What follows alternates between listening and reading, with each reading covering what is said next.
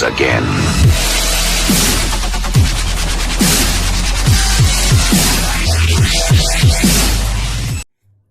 Assalamualaikum warahmatullahi wabarakatuh. Perkenalkan, nama saya Vanessa Septia Nurparah dengan nomor induk mahasiswa 20610009. Di sini saya sebagai moderator dari kelompok 1 kelas manajemen 2A. Kami akan membawakan materi tentang teori ekonomi makro. Untuk selanjutnya akan dilanjutkan dengan perkenalan dari rekan-rekan saya. Perkenalkan, nama saya Mei Julaiha, nomor induk mahasiswa 2061000005. Nama saya Neneng Wifa Wihidatunur dengan nomor NIM 20610000. Nama Sarah Putirawan, NIM-nya 20610021. Nama saya Nisa Fitriani, NIM saya 20610030. Nama saya Muhammad Abijal Siregar, nomor NIM saya 206100100. Untuk mengefisienkan waktu, kita mulai saja ke pemaparan yang pertama.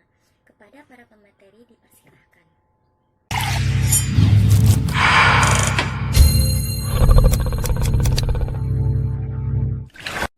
Penelitian ilmu ekonomi menurut konsumsi studi mengenai cara-cara manusia dan masyarakat menentukan atau menjatuhkannya pilihan dengan atau tanpa menggunakan sumber-sumber produktif yang langka dapat mempunyai penggunaan alternatif untuk memproduksi berhargai barang serta membagiannya untuk dikonsumsi.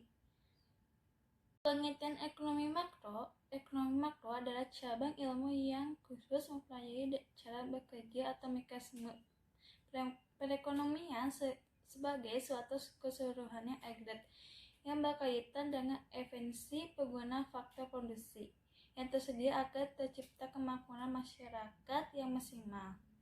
Ekonomi jenis juga bisa menganalisis tentang produsen secara keseluruhan serta konsumen dalam pengeluaran pendapatan dalam memberi barang atau jasa. Di sini saya akan menjelaskan tentang ruang lingkup ekonomi makro. Penentuan tingkat kegiatan perekonomian negara menjelaskan tentang sejauh mana perekonomian mampu menghasilkan produk dan jasa. Pengeluaran argerat, salah satu pengeluaran argerat adalah penanaman modal atau investasi. Jika pengeluaran argerat tidak ideal, maka akan terjadi permasalahan ekonomi. Kebijakan pemerintah, masalah makro dalam ekonomi sendiri diantaranya adalah inflasi dan pengangguran. Oleh sebabnya pemerintah perlu mengeluarkan kebijakan baik berupa moneter maupun fiskal untuk mengatasi. Tujuan ekonomi makro dibagi menjadi 6 bagian, yaitu 1. Meningkatkan pendapatan nasional. Dengan mengetahui pendapatan nasional Indonesia, pertumbuhan ekonomi negara ini bisa terukur dengan baik. Selain itu, kebijakan-kebijakan ekonomi yang efektif dan efisien dapat meningkatkan pendapatan nasional Indonesia secara signifikan. 2. Membuka kesempatan lapangan pekerjaan. Dengan adanya peningkatan peluang untuk mendapatkan kesempatan kerja, meningkatkan kepastian produksi secara nasional dapat meningkatkan dan supaya dapat mengajak para investor untuk menanamkan modal. Ekonomi yang efektif dan efisien dapat meningkatkan pendapatan nasional Indonesia secara signifikan. 2. Membuka kesempatan lapangan pekerjaan. Dengan adanya peningkatan peluang untuk mendapatkan kesempatan kerja, meningkatkan kepastian produksi secara nasional dapat meningkatkan dan supaya dapat mengajak para investor untuk menanamkan modal atau berinvestasi sehingga terciptanya lapangan pekerjaan. 3. Meningkatkan kapasitas produksi secara nasional. Untuk meningkatkan kapasitas produksi secara nasional, perbaikan situasi investasi dalam negeri bisa memberi pengaruh yang positif terhadap peningkatan kepastian produksi. 4. Mengendalikan inflasi. Jika inflasi terjadi, pertumbuhan perekonomian akan terhambat dan berpengaruh pada kenaikan harga barang yang sangat akan tinggi, peningkatan pengangguran, serta penurunan nilai mata uang. Penurunan nilai mata uang, penerapan kebijakan makro seperti politik pasar terbuka, cash ration, hingga politik diskontan sangat diperlukan untuk mencegah lanjutnya inflasi. 5. Menjaga kestabilan ekonomi. Tercapainya stabilitas perekonomian ketika tingkat pemerintah, persediaan dan neraca pembayaran seimbang. Penerapan kebijakan-kebijakan ekonomi berupa perbaikan fungsi pasar dan perbaikan untuk mencegah lanjutnya inflasi. 5. Menjaga kestabilan ekonomi. Tercapainya stabilitas perekonomian ketika tingkat pemerintah, persediaan dan neraca pembayaran seimbang. Penerapan kebijakan-kebijakan ekonomi berupa perbaikan fungsi pasar dan perbaikan di sektor industri, penantian, dan keuangan. 6. Penyeimbangan neraca pembayaran luar negeri. Neraca pembayaran merupakan rangkuman dari berbagai transaksi dalam satu periode tertentu. Neraca pembayaran luar negeri harus seimbang guna menghindari terjadinya defisit neraca pembayaran luar negeri. Di sini saya akan menjelaskan tentang variabel ekonomi makro. Yang pertama, variabel pendapatan nasional. Variabel ini bisa dilihat dari produk domestik bruto (PDB). Angka PDB suatu negara dari tahun ke tahun bisa digunakan untuk menunjukkan pertumbuhan ekonomi negara. Yang kedua, variabel kesempatan kerja. Salah satu kesempatan kerja bisa dinilai dari ketersediaan lapangan pekerjaan. Apabila lapangan kerja tersedia, maka permasalahan pengangguran juga bisa diminimalkan. Yang ketiga, variabel laju inflasi. Indikator mengatur laju inflasi adalah rata-rata harga suatu barang dan indeks harga konsumen atau IHK. Apabila laju inflasi meningkat, maka harga-harga barang bisa naik dan daya beli masyarakat menurun. Yang keempat, variabel investasi. Variabel investasi ini sangat penting untuk pertumbuhan perekonomian suatu negara. Semakin besar investasinya, maka kemungkinan peningkatan proses produksi juga semakin terwujud. Yang kelima, variabel neraca pembayaran. Variabel ini menunjukkan ringkasan catatan transaksi ekonomi antara penduduk suatu negara dengan penduduk negara lainnya. Selama periode tertentu, dari transaksi ini negara bisa melihat arus penerimaan devisa dan mengetahui perubahan cadangan devisa. Permasalahan ekonomi makro. Yang pertama, inflasi. Inflasi yang akan memicu permasalahan yang lebih serius seperti naiknya harga barang-barang dan menurunnya daya beli masyarakat.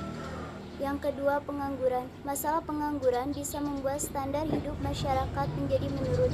Lebih parahnya lagi, tingkat produksi suatu negara bisa menurun karena kekurangan tenaga kerja. Yang ketiga, pertumbuhan ekonomi melambat. Yang keempat, peningkatan suku bunga bank. Apabila suku bunga bank meningkat, maka masyarakat maupun pengusaha yang memiliki utang akan memiliki beban utang yang lebih berat. Yang kelima, tingginya utang luar negeri. Bentuk kebijakan ekonomi makro. Yang pertama, kebijakan fiskal. Kebijakan fiskal bisa disebut sebagai strategi negara dalam menyesuaikan tingkat pengeluaran dengan tarif pajaknya untuk memastikan perekonomian negara berjalan dengan baik dan semestinya. Jadi, segala kebijakan yang dikeluarkan pemerintah dan berkaitan dengan pajak itulah yang disebut dengan kebijakan fiskal. Yang kedua, kebijakan moneter. Ini merupakan kebijakan Bank Indonesia atau BI sebagai bank sentral untuk memengaruhi penawaran uang dalam perekonomian dengan cara mengubah suku bunga. Tujuannya tentu saja untuk mempengaruhi pengeluaran agregat. Salah satu pengeluaran agregat adalah penanaman modal atau investasi. Yang ketiga, kebijakan segi penawaran. Kebijakan ini dibuat dengan maksud untuk meningkatkan efisiensi kegiatan usaha dalam produksi barang yang bermutu dan harga murah. Saya akan menjelaskan contoh kebijakan ekonomi makro. Yang pertama yaitu tax amnesty atau program pengampunan pajak merupakan salah satu kebijakan fiskal yang telah dijalankan Presiden Jokowi pada tahun 2017 lalu. Program ini ditunjukkan untuk mendongkrak penerimaan negara dari pajak. Dan yang kedua yaitu menaikkan tarif pajak. Pemerintah pun berhak untuk menaikkan tarif pajak sebagai upaya menarik jumlah mata uang yang beredar di masyarakat. Penyebabnya adalah peredaran mata uang yang tidak terkendali di masyarakat. Dan yang ketiga yaitu program Cipta Lapangan Kerja. Program ini memberikan lapangan pekerjaan bagi para masyarakat lokal berbasis proyek. Nantinya masyarakat akan diberikan upah sesuai dengan kerjanya. Selanjutnya yaitu pengertian konsep pendapatan. Pendapatan nasional adalah salah satu indikator untuk dapat mengukur perkembangan tingkat pembangunan dan kesejahteraan pada suatu negara dari waktu ke waktu. Dengan metode perhitungan pendapatan nasional, dapat diketahui arah, tujuan, dan struktur perekonomian negara. Baik, selanjutnya yaitu konsep pendapatan nasional. A. Produk domestik bruto atau GDP. Produk domestik bruto atau disebut juga gross domestic product merupakan jumlah produk berupa barang dan jasa yang dihasilkan oleh unit-unit produksi di dalam batas wilayah suatu negara atau domestik. Dengan rumus GDP sama dengan pendapatan masyarakat dalam negeri ditambah pendapatan asing dalam negeri. Dalam perhitungan GDP ini termasuk juga barang dan jasa yang dihasilkan oleh perusahaan maupun instansi asing yang terkait asalkan wilayahnya masih dalam wilayah suatu negara domestik tersebut. Contohnya seperti perusahaan Jepang yang mempunyai cabang di Indonesia. Hasil berupa barang dan jasa tersebut termasuk ke dalam GDP yang dihasilkan termasuk modal yang belum diperhitungkan atau bersifat bruto atau kotor. Selanjutnya ada konsep pendapatan nasional yang kedua, yaitu Produk Nasional Bruto atau GNP. Apa itu Produk Nasional Bruto? Produk Nasional Bruto atau Gross National Product merupakan nilai produk berupa barang dan jasa yang dihasilkan oleh penduduk suatu negara dalam lingkup nasional selama 1 tahun, termasuk yang dihasilkan oleh warga negara tersebut dihasilkan di luar negeri. Jadi, jika anak bangsa memproduksi sesuatu di luar negeri, maka produk tersebut masih termasuk dalam produk nasional bruto. Nah, seperti contoh berikut ini, yaitu seorang pria dari Indonesia yang menjual pakaian di Malaysia, hasil berupa barang dan jasanya termasuk dalam GNP atau produk nasional bruto.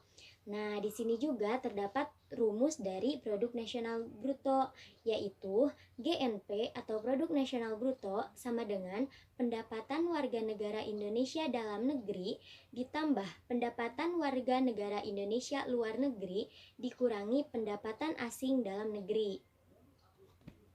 Untuk konsep pendapatan nasional yang ketiga yaitu produk nasional neto. Nah, sekarang kita langsung ke rumus. Ada Produk Nasional Neto atau NNP sama dengan GNP atau Produk Nasional Bruto dikurangi depresiasi atau penyusutan barang modal. Nah, kita tentu belum tahu apa yang dimaksud dengan penyusutan. Penyusutan adalah penggantian barang modal bagi peralatan produksi yang dipakai dalam proses produksi. Umumnya bersifat taksiran, sehingga dapat menimbulkan kekeliruan meskipun relatif kecil. Nah, untuk konsep pendapatan nasional yang keempat yaitu pendapatan nasional neto atau NNI. Jika tadi ada produk nasional neto atau NNP, sekarang kita akan membahas tentang pendapatan nasional neto atau NNI. Apa sih pendapatan nasional neto? Pendapatan nasional neto atau net national income merupakan pendapatan yang dihitung menurut jumlah balas jasa yang diterima oleh masyarakat sebagai pemilik faktor produksi.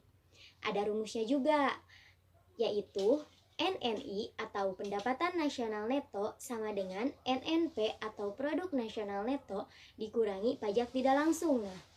Nah, apa sih pajak tidak langsung? Tentu kita belum tahu. Jadi, pajak tidak langsung adalah pajak yang bebannya dapat dialihkan kepada pihak lain, seperti pajak hadiah, pajak penjualan, dan lain-lain.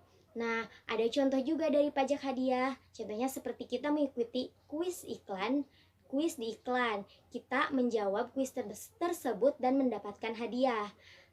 Tapi dari hadiah tersebut dikenakan pajak. Nah, pajak itu yang harus pemenang tanggung, bukan orang yang mengadakan kuis. Berdasarkan konsep pendapatan nasional. Yang pertama ada pendapatan perseorangan. Pendapatan perseorangan, personal income adalah jumlah pendapatan yang diterima oleh setiap orang dalam masyarakat, termasuk pendapatan yang diperoleh tanpa melakukan kegiatan apapun. Misalnya gaji seorang pegawai negeri maupun pendapatan pengusaha yang didapatkan secara bernilai. Yang kedua ada transfer payment. Transfer payment adalah penerimaan-penerimaan yang bukan merupakan balas jasa produksi, melainkan diambil sebagian dari pendapatan nasional tahun lalu, seperti pembayaran dana pensiun, tunjangan pengangguran, dan sebagainya. Berikutnya ada konsep pendapatan nasional. Yang pertama ada pendapatan yang siap dibelanjakan. Disebut juga dengan disposable income, yaitu pendapatan yang siap untuk dimanfaatkan guna membeli barang dan jasa. Konsumsi dan selebihnya menjadi tabungan yang disalurkan menjadi investasi. Yang kedua ada pajak langsung. Pajak langsung adalah pajak yang bebannya tidak dapat dialihkan kepada pihak lain, seperti pajak pendapatan. Yang terakhir yang di sini saya akan jelaskan adalah konsep pendapatan nasional. Dalam konsep pendapatan nasional terbagi menjadi 3 kelompok klasifikasi perekonomian.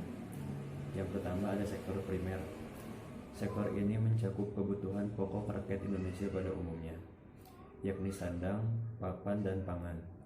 Sektor ini terdiri dari pertanian, peternakan, kehutanan dan perikanan, serta pertambangan dan penggalian.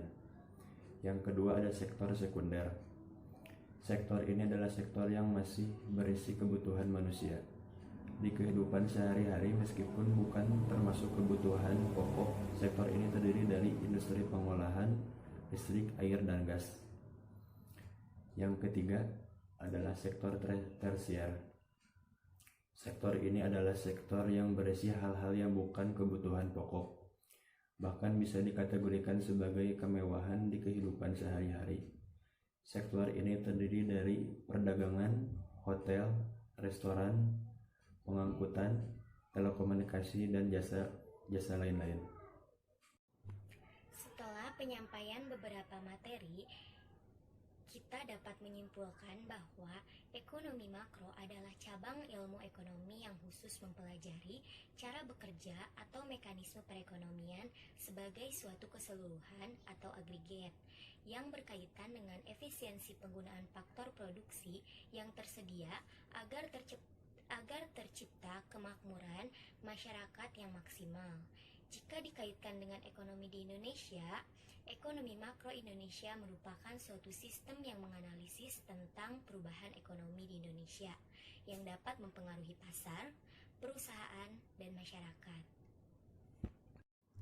Pemaparan materi demi materi telah disampaikan. Semoga bermanfaat bagi kita semua. Saya Vanessa Septia selaku moderator pamit undur diri. Terima kasih atas segala perhatiannya. Wassalamualaikum warahmatullahi wabarakatuh.